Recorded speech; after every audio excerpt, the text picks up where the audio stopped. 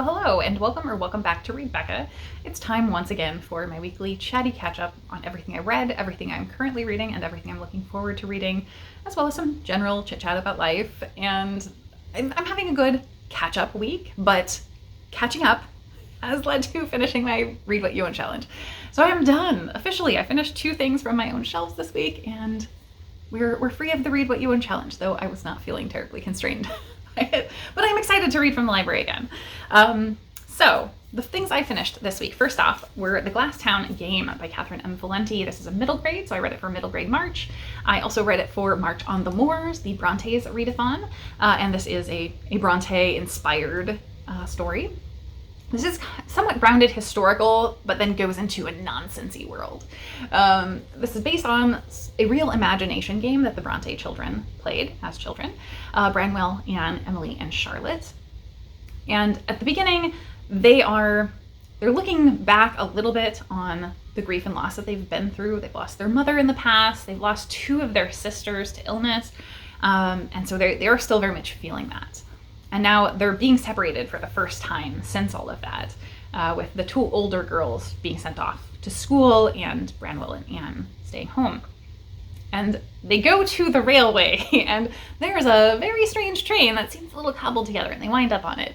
And that takes them away to this magical world of pure nonsense. And this is based on the real game that they played, making up stories surrounding their wooden soldier toys and dolls and the battles that were held. They base this all off their childish views of things that happen in the real world, real relationships between people, real battles and wars. So it is so funny because things are over the top and very literalized versions of words or a childish understanding of words. The names of all the soldiers are very silly. They all end in Y, so like Crashy and Bravey and Goody.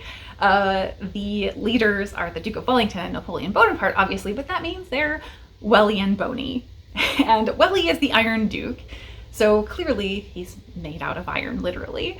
And Boney is, of course, made of bone china, and he rides on a rooster made of a broken tea set. So it is just this very wonderful, magical, whimsical world that they're inhabiting, but they're facing kind of real threats. So it has this very nonsensy feeling, while also having an element of showing us deeper themes. So because at the beginning they're dealing with so much grief and loss and the traumas of those things, we're seeing how much they use these games both as a mechanism to escape that grief, but also as a mechanism to deal with or even build internal boundaries for that grief. And it's just so beautiful. So we're seeing this kind of crazy story where they go into this magical world, and of course they kind of have to find their way through and out. To me, I love Valente's writing, and I would say this is very, very different. It's still lyrical, but usually her writing is super dense. It takes me a very long time to read Valente's writing, but I didn't struggle with that with this, or not struggle, but I didn't have that extra effort required out of the reading. It's written very simply, but it still feels quite lyrical. So for me, this felt a bit like what it would look like if a poet wrote The Phantom Tollbooth. Like The Phantom Tollbooth and this have some very strong correlations. I just read that for the first time last year, and that also has like kind of a military and rules element, which is very strong here in a nonsensy way that really involves a lot of wordplay and literal translations of the words. There's so many funny like combinations of words that they use. You have to have that sort of literary sense of humor, I think, and it will come through here.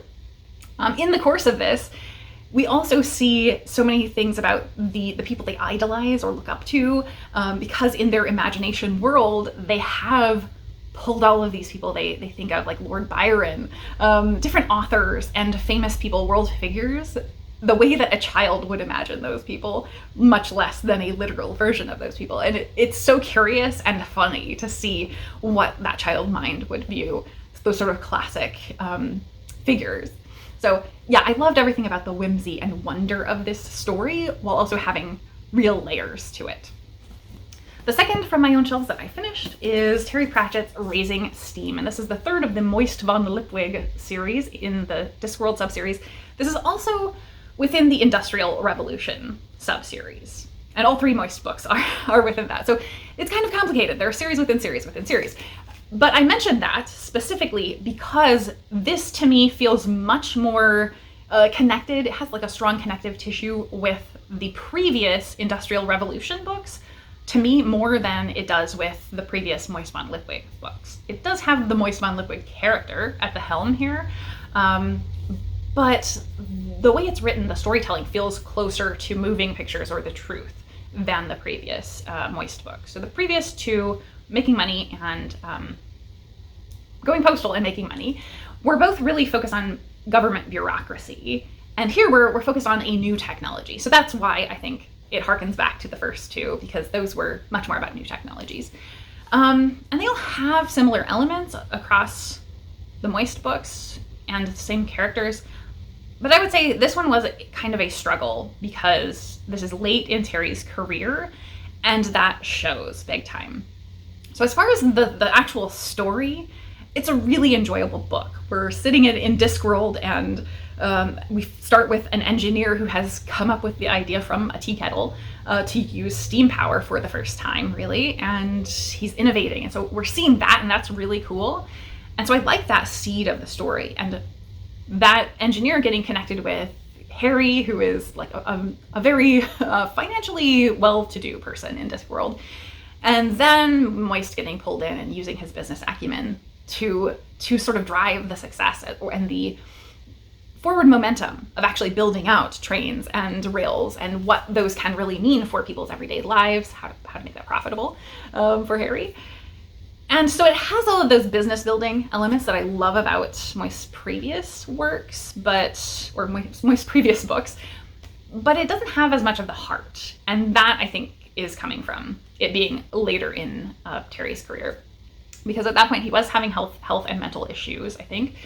And it shows here because we don't have the level of depth and nuance to the writing, I think. This was much more just a fun time to read. The characters, there's a pretty significant time jump between the last Moist von Lipwig book and this one. So things have happened in the world that show up here, but aren't really pulled in significant depth. They're mentioned. And same with the characters. Major things have happened in their lives that we didn't really see, and I don't feel like Terry would have skipped over those previously. I feel like he would have given us the richness of character that we usually get. And the characters are still the bullet point versions of who they are, but they don't have the heart that I'm used to seeing from these characters. And this feels like so many elements of this story should allow them to shine even more than usual. And they're just not, it's just not there. It's a fun book. It's a fun, enjoyable book. So as a book, this is probably like a 3 or 3.5 star.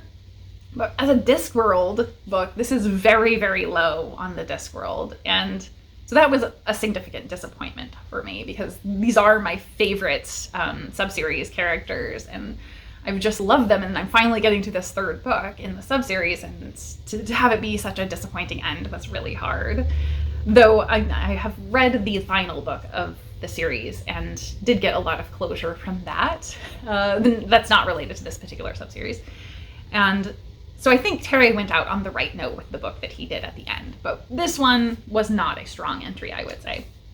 So I think strengths of this book are the enjoyable story in terms of building out the railway and the ideas of having a new technology and the way society reacts to that, but those weren't explored in significant nuance. Certainly not the way he would have done in the past prior to this.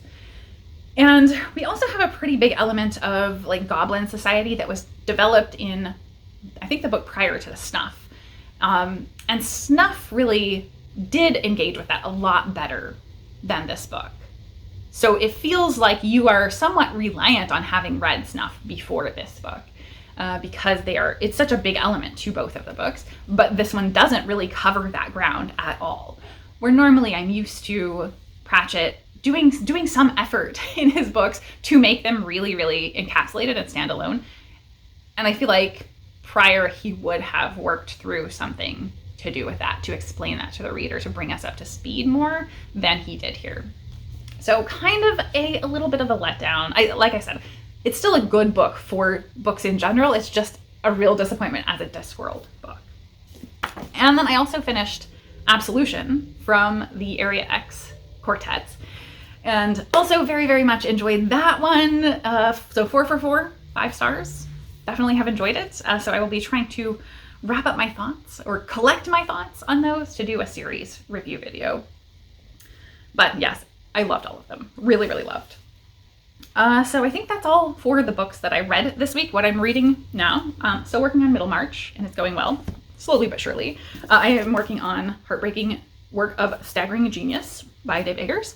I'm still reading The Irish RM, and my pushed back hold endlessly for A Sorceress Comes to Call came through as well. So that will be in my very near future also.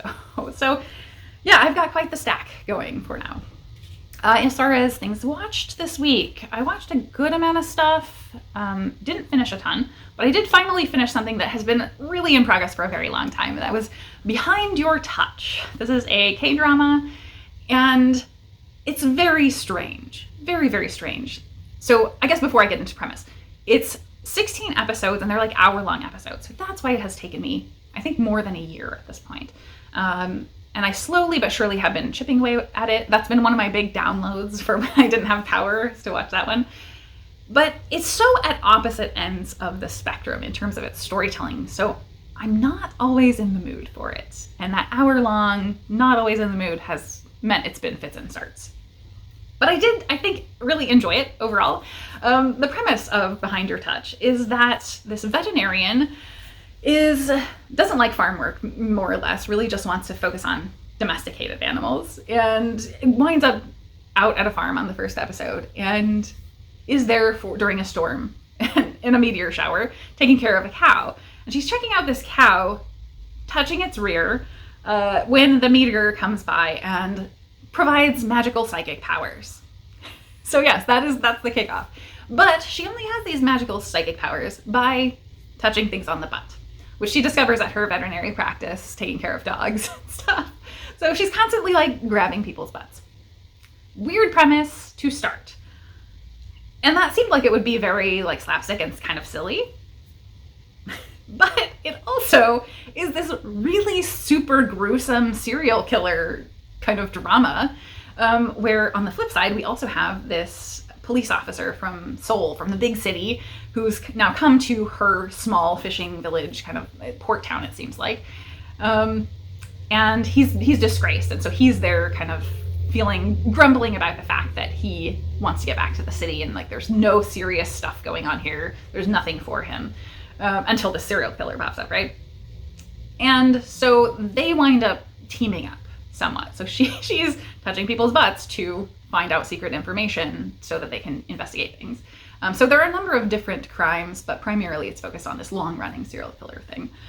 And it's very gruesome, while also having these really slapstick, goofy, just over-the-top, ridiculous moments throughout. And they also deeply hate each other, so it kind of has this enemies to lovers romance element. Very, very, very slow burning, but you can kind of tell it is somewhat romantic at least. It's very goofy. So I feel like, K-dramas can go that real melodramatic side. This is not that, but it also includes the both ends of the extreme for sure in terms of vibes. And so that was very hard to find moments when it would work for me. But I do think I overall enjoyed it. I don't know. Really, really goofy, over the top premise though.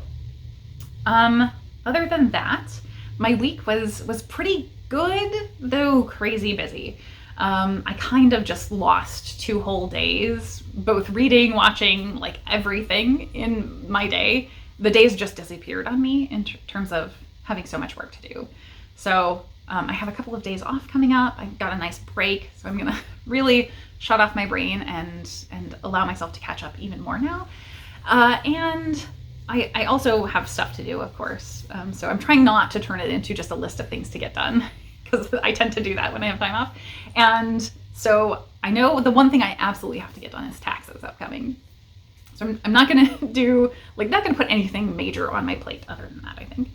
And then this past week, in what little time I did have, I feel like I kind of crammed in a lot of stuff because it was stormy most of this week, rainy. So it was very limited how much I could go out during the storm times.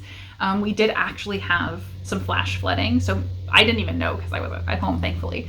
But my road was flooded, so I couldn't have even gotten out of the neighborhood if I wanted to.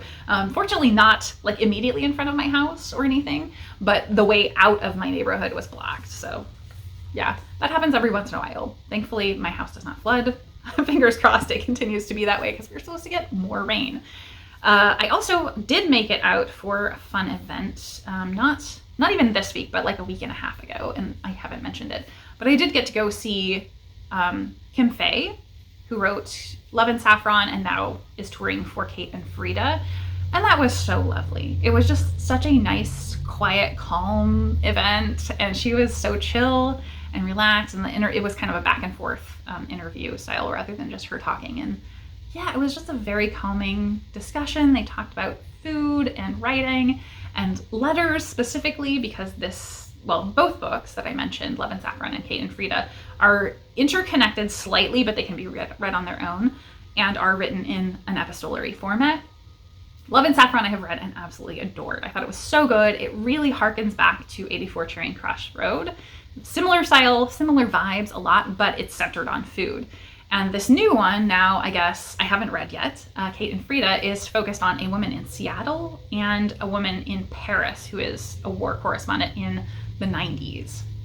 And that sounds really fascinating. So that's a significantly different time and different regional contacts. So that will be a really interesting one. And it sounded like she has a third book in mind to go in this kind of loose series. So she was a delight though. I really enjoyed it. So I think that's it for this week, hopefully.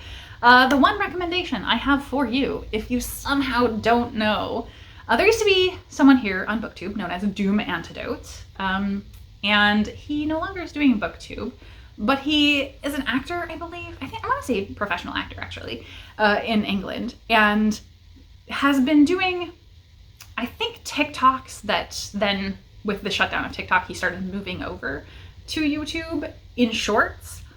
And he is doing a one-man, very silly show adaptation of the BBC Pride and Prejudice from, I think, 1995, titled Budget Pride and Prejudice. So if you somehow have not seen these, it is so incredibly good. And it's him like lip syncing along to the sound, but it's Budget Pride and Prejudice.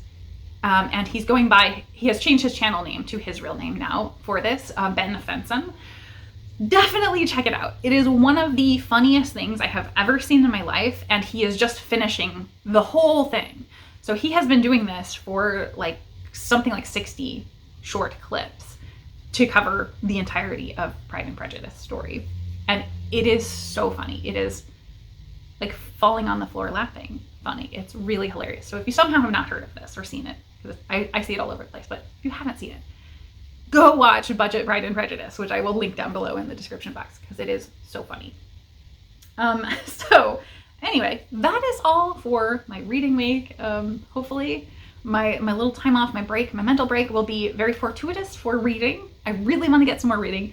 I really need to catch up on BookTube videos because I am so behind. I've barely been watching any BookTube, and that has really hurt my watch later list. Like hundreds and hundreds of videos in my watch later right now.